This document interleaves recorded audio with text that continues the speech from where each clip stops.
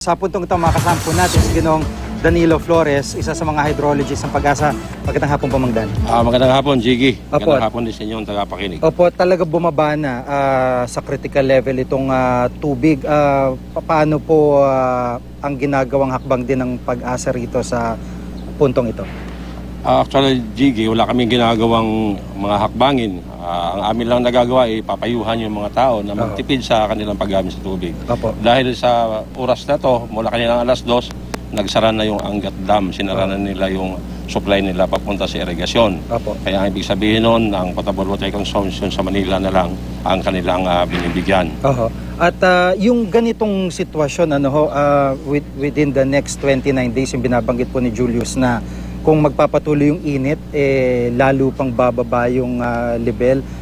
Makakatulong ho ba yung cloud seeding talaga sa ganitong sitwasyon? Actually, Jiggy, yung magagawa ng cloud seeding, napakalit na bagay lang. Kasi napapansin mo, unang-unang alamin doon, i-determine yung cloud na pwedeng paulanin. Opo. At yung mga ulap na yan, kaulapan na yan, sa panahon na ito, medyo madalang. Manipis, ano? Manipis. Isa pa, ang problema, yung wind direction at saka yung speed. Dapat, pag nag-seed sila, pupunta sana sa watershed ng Angat, pero ang nangyayari, hindi naman nahulog din yung iba. Opo. Itong nakaraan nga, may nadisgrasya ng nagka-cloud seed dahil sa siguro tinamaan ng, ang balita namin, tinamaan ng thunderclouds. So, yun. Yung dami ng ulan o dami ng tubig na kailangan po para may balik sa normal, para magkaroon ng supply irigasyon, paano nyo po i-describe? Parang kasing dami ng ondoy, ganun po ba, o habagat? Actually, Jiggy, tinitingnan namin, kinikwenta na namin, meron akong figures dito. Opo. Kung ibalik natin sa 212 level yung Angat, kailangan pa siyang umulan ng 1,360 millimeters. Opo. Ano pa ibig sabihin? Ang ondoy ay nagbigay lang ng 460. So, napakalakas na ulan. napakalaki. Halos tatlong ondoy ang dadaan sa watershed ng Angat para siya mapuno.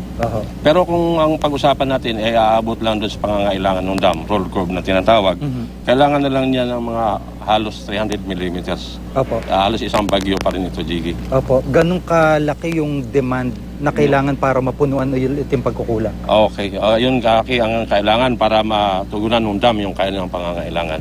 Pero habang yun nga, habang umiinit, ano po nakikita niyong senaryo? Sa nakikita nating senaryo dito sa past few days na trend ng dam, pababa siya ng pababa at hindi naman natin nakikita na maging parehas siya noong 2010 na senaryo na umabot tayo sa 157.6 meters na nagkakaroon ng rationing kung naalala natin dito sa Metro Manila. Sa kaso natin ngayon mukhang hindi naman naabot tayo sa ganong level sa present situation ng dam. Opo. Yung dami ng ulan ay dinudulot po ng isang average na cloud seeding. Gaano karami ho ba yun?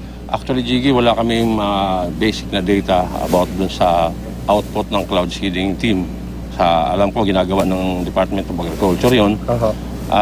Wala tayong exact figures na magsasabi kung gaano kadami ng ulan. Kasi hindi nga sila pumapatak dun sa intended na lugar kung saan sila dapat pumatak. Opo. At sa ngayon ho, yung ibang mga dam, ibang water supply, halimbawa Laguna Lake o kaya La Mesa Dam, ano po ang maaring maitulong naman po nito kung sakaling bababa pa yung tubig ng Angat? Ang Angat, pag bumaba ang tubig sa Angat, especially sa panahon na ito, nag-generate siya ng power. At pag nag-generate siya ng power sa auxiliary unit niya, ang bagsak niya sa IPO. So ang IPO sa kasalukuyan, napapansin namin na tumataas bahagya dahil sa nag-generate nga yung Angat ng power papunta sa IPO.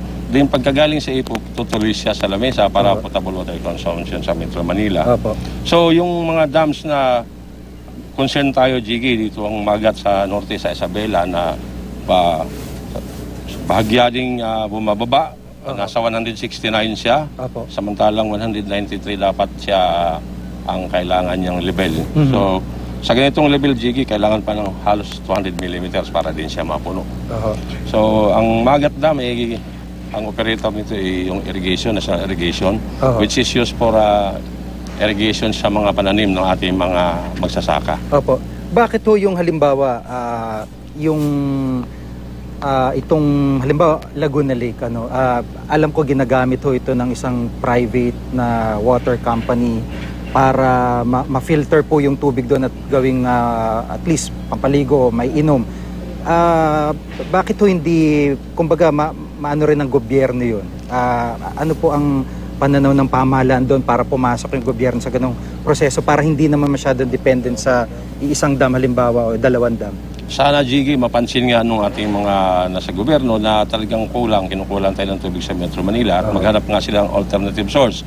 Tama ka sa sinasabi mo itong Laguna Lake, pero kami sa Pag-asa, wala kaming kakayanan para mag-suggest o magsabi sa ating pamahalaan na ganun nga ang gagawin. Siguro it takes a private sector to attend to this problem. Opo, at ginagawa na po actually sa Muntinlupa ngayon yung ganong sitwasyon. So ngayon, ano po ang paalala nyo sa mga kababayan po natin, lalo ngayon nagsarado na yung anggat para sa irigasyon at most probably kung magtatagal pa, wag na sana, para sa pangligo na at pang-inom ng mga residente, ano po ang payo nyo po? Pinapayo natin, Jiggy, sa ating mga kababayan dito sa Metro Manila at yung service area ng ating Lamesa Dams dito sa Calacang, Maynila, na magtipid, na sana huwag na tayong gumamit ng tubig na sobra-sobra sa ating kailangan. Kasi sa ganon, hindi na tayo darating sa punto na mag-rationing. Sana huwag mangyari yung nangyayari noong 2010. Opo. So pinapayuhan natin sila na magtipid hanggat maaari para hindi natin maubos kaagad yung level sa hanggat sa ngayon. Opo. Maraming salamat po sa pagkakataon sa Ginoong Danilo Flores, isa po sa mga hydrologist ng Pag-asa.